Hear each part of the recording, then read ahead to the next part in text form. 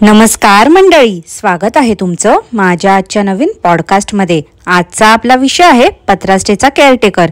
पण पॉडकास्ट सुरू करण्यापूर्वी जर तुम्ही माझ्या चॅनलवर नवीन असाल तर माझ्या चॅनलला सबस्क्राईब करून घ्या। सोबतच शेजारी असलेल्या बेल आयकॉनला प्रेस करा सो दॅट कोणतीच अपडेट तुम्ही मिस करणार नाही। तर मग वाट कसली बघताय, चला सुरू करूया आजच्या आपल्या पॉडकास्टला। तर मंडळी, आपल्या सगळ्यांना तर माहितीच आहे की डान्सर ताई गेली आहे पत्रास्टेमध्ये तिच्या 2 डान्सर मुलांना घेऊन।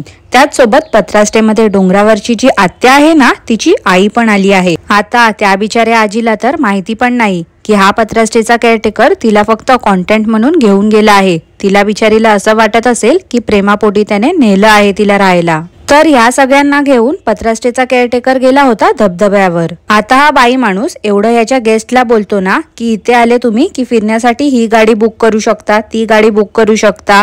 मग ह्याने का बरं मोठी गाडी बुक नव्हती केली? जवळजवळ 7 ते 8 माणसं धबधब्यावर जाणार होते, पण ह्या चिकट्याने काय केलं तर स्वतःच्या लालपरीमध्ये सगळ्यांना ऍडजस्ट करून बसवलं। त्या नाचणाऱ्या ताईच्या दोन्ही मुलांना या मूर्ख माणसाने डिक्कीमध्ये बसवलं होतं। ती डान्सर ताई बसली होती किरकिरे काकूंच्या मांडीवरती आणि साईडला होत्या डोंगरावरची आत्या आणि तिची आई। हा नागपूजाऊ बेबीचं तर बरं आहे ना, प्रिन्सेस सारखी आपली पॅसेंजर सीटवर बसून आरामात प्रवास करते। आता जिच्या जीवावरती हे सगळं ऐश्वर्य आज हे लोक अनुभवतायत, तिलाच या लोकांनी अडगळीत टाकलं आहे। अहो म्हणजे मी किरकिरे काकूंबद्दल बोलते हो।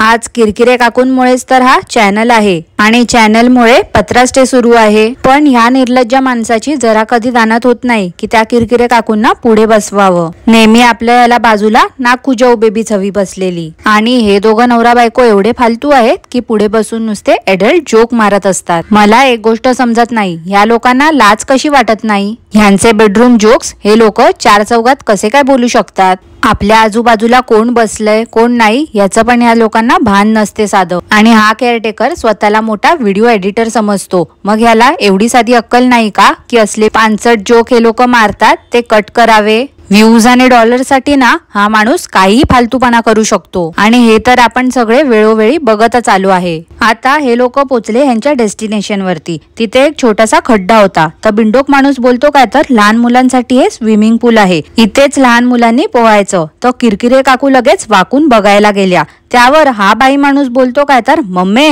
पुढे जाऊ नको, ये पाठी ये।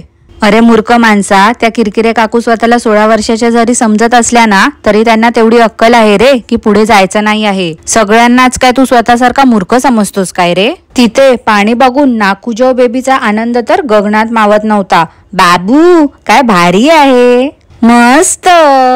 आणि स्वतःला अभी तो मैं जवान हूँ 16 वर्षाच्या समजणाऱ्या किरकिरे काकू एकदम लांब एका खडकावरती बसल्या होत्या। काय हो किरकिरे काकू, तुम्ही मला परत डिसअपॉइंट केलं। किती घाबरता हो तुम्ही? मागे तुम्हीच बोलल्या होत्या ना की तरुणपणी तुम्ही बोट रायडर होत्या। मला वाटलं होतं आता धबधब्यामध्ये तुम्ही मस्त उडी माराल आणि पोहून दाखवाल, पण कसलं काय तुमचं नुसतं बोलाचा बातमी पोलाची कडी। काकू थापा मारणं जरा बंद करा हो, लोकांना खरं वाटेल असंच काहीतरी बोलत जावा।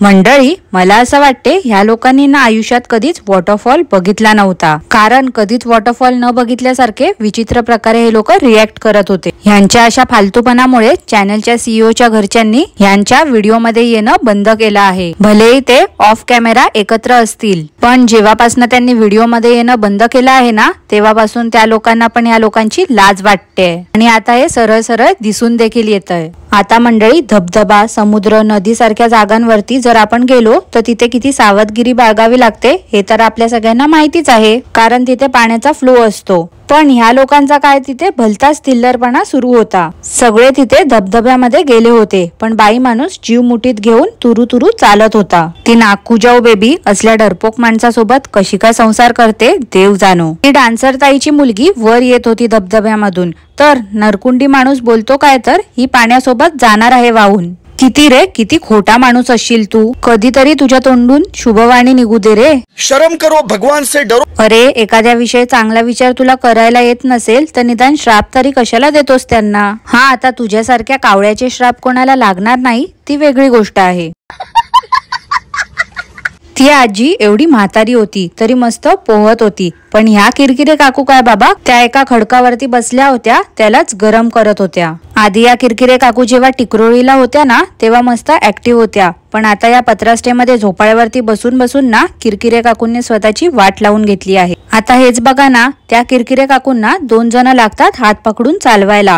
ह्या लोकांना माहिती होतं एवढा रस्ता खराब असेल, मग कशाला ना त्यांना न्यायचं होतं। तसं पण किरकिरे काकूंचा तिथे जाऊन काही यूज नव्हता, आरामात त्या बसल्या असत्या ना पत्रास्टेमध्येच, पण नाही, चॅनल त्यांचा ना, मग व्हिडिओ मध्ये त्या दिसल्या पाहिजे। शेवटी काय बाबा, सोन्याची अंडी देणारी कोंबडी आहे ती। काही लोक तर बच्चा दिखाओ पैसे कमाओ स्कीमचे लाभार्थी आहेत, पण हा पत्रास्टेचा केअरटेकर मम्मे दिखाओ पैसा कमाओ स्कीमचा लाभार्थी आहे। हा बिंडोक माणसाला बरोबर माहिती आहे लोक याचे व्हिडिओ बघतात का, तर किरकिरे काकूंसाठी। ह्या बिंडोक नवरा बायकोचे व्हिडिओ बघायला कोणालाही इंटरेस्ट नाही आहे, त्यामुळे हा काय करतो तो कॉन्टेंट साठी म्हणून गावभर हिंडत बसतो आणि त्या किरकिरे काकूंना जमत नसतानाही त्यांची ओढाताण करतो। ही नाकूजाऊ बेबी एवढी स्वार्थी आहे ना, हिला फक्त हिचा आणि हिच्या नवऱ्याचाच विचार करायला येतो। आता हेच बघा ना, त्या किरकिरे काकूंना डोंगरावरची आत्या आणि ती काकू हात पकडून पकडून चालवत होत्या, पण नाकूजाऊ बेबीचं जराही लक्ष नव्हतं किरकिरे काकूंकडे, नुसती आपली पुढे पुढे चालली होती। मंडळी,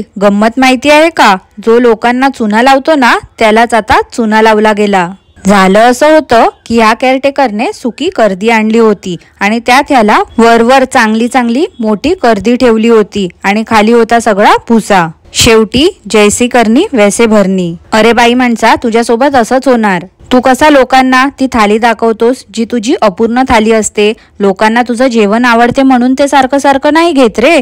काय आहे ना, तुझ्या थालीमध्ये क्वांटिटीच कमी असते, पोट भरण्यासाठी म्हणून एक्स्ट्रा घ्यावं लागते त्यांना। आणि काय रे, पत्रास्टेमध्ये येणारा प्रत्येक जणच कसा रे कौतुक करतो, कधीतरी तुला कोणीतरी सजेशन दिलं असेल किंवा नेगेटिव्ह रिव्ह्यू दिला असेल, त्यांना कधीच तू व्हिडिओ मध्ये दाखवलं देखील नाहीस। काय त्या डान्सर ताईला नुसतं वर खाली करतोय हा बिंडोक माणूस देव जाणो। जुळ्या रूम मधून आता तिला सोन्याच्या रूम मध्ये राहायला दिलं आहे आणि तिच्या सोबत डोंगरावरच्या आत्याच्या आईला देखील ठेवलं आहे। मंडळी, याच्या सोन्याच्या रूमचं डोरचं लॉक तुटलं होतं, तर बोलतो काय तर सोन्याचा रूम एवढा वापरला गेला आहे की लॉकच तुटलं। अरे बिंडोक माणसा, तुला बोलायचं काय आहे रे, एकतर तू सगळं नकली वापरतोस तुझ्या झोपडास्टेमध्ये, म्हणून असं सगळं खराब होत राहते। तू काय पण झालं तर लगेच त्या गेस्टवर का टाकतोस रे, लाज वाटते का रे तुला? ज्यांच्या जीवावर तुझं हे सगळं सुरू आहे त्यांनाच तू असं बोलतोस। आता तू लॉक तुटला म्हणून किरकिर करतोयस, मागे काय तर तुझं ब्लँकेट चोरीला गेलं होतं, त्याआधी तुझ्या साबणाची केस चोरीला गेली होती, त्याआधी हँगर चोरीला गेले होते। मी ना आता हाच विचार करते, तुझ्या डोक्यावरचं जे घरटं आहे ना तुझं, ते का बरं कोणी चोरी करून घेऊन जात नाही कधी। आता पत्रास्टेमध्ये एका गेस्टचा बर्थडे होता, तर या बिंडोक माणसाने गुलाबजाम फ्लेवर केक आणला होता। केक साठी हे लोक किती लाळगोटेपणा करतात हे तर आपल्या सगळ्यांना माहितीच आहे, पण आता तर ती डान्सर ताई पण लाळगोट्यासारखी तिथे घुटमळत होती। पत्रास्टेचा केअरटेकर बोलतो काय तर, या डान्सर ताईला पण हा केक खायचा होता, आता दिला तिला खायला। हे लोक एवढे लहानाचे मोठे मुंबईमध्ये झाले आहेत, तरी पण हे अजून किती मागासलेले आहेत। ह्या लोकांना बाहेरच्या दुनियेत काय सुरू आहे काय नाही याची काहीच कल्पना नसते। आता तो गुलाबजाम फ्लेवर केक किती जुना झाला आहे आणि आता हे लोक टेस्ट करतायत। कैसे कैसे लोग रहते हैं यार यहाँ पर। दुसऱ्या दिवशी पण ह्या पत्रास्टेमध्ये एका काकूंचा बर्थडे होता, तर त्यांच्या मुलीने केक आणायला सांगितला होता। नाकूजाऊ बेबीने केकचा बॉक्स आणला होता, तर बिंडोक माणसाने त्या काकूंना विचारलं काय तर, समजलं का काय आहे? त्या काकू पण हुशार होत्या, लगेच बोलल्या हो केक आहे। ह्या बिंडोक माणसाला असं वाटते याच्यासारखेच सगळे अक्कलशून्य आहेत।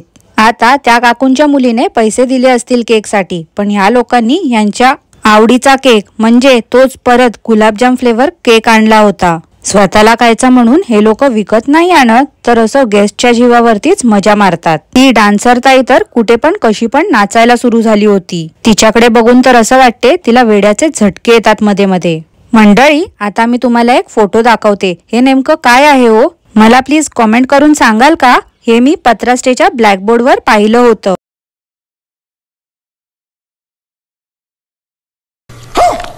आज या बिंडोक माणसाने फॅमिलीचा व्लॉग टाकलाय, तो मला असं वाटते हे लोक पोहायला गेले होते ना त्या दिवसाचाच आहे, कारण सगळ्यांचे तेच कपडे होते। मागचे पुढचे व्लॉग्स मिक्स करून टाकण्याची सवय या बाई माणसाची काही जाणार नाही। आणि त्या डान्सर ताईची मुलं कोणत्या प्लॅनेट वरून आली आहेत काय माहिती, काही विचारलं हे खाल्लंय का ते खाल्लंय का तर लगेच नाहीच बोलतात। ह्या किरकिरे काकू त्या फणसाच्या आटल्यांना हाटे हाटे काय करत असतात मला काही समजतच नाही। नक्की या काकू शाळेत गेल्या होत्या ना? काय तर बाबा आज बिंडोक नवरा बायकोच्या जीवात जीव आला, कारण टँकरवाला आला होता ना पाणी सोडायला.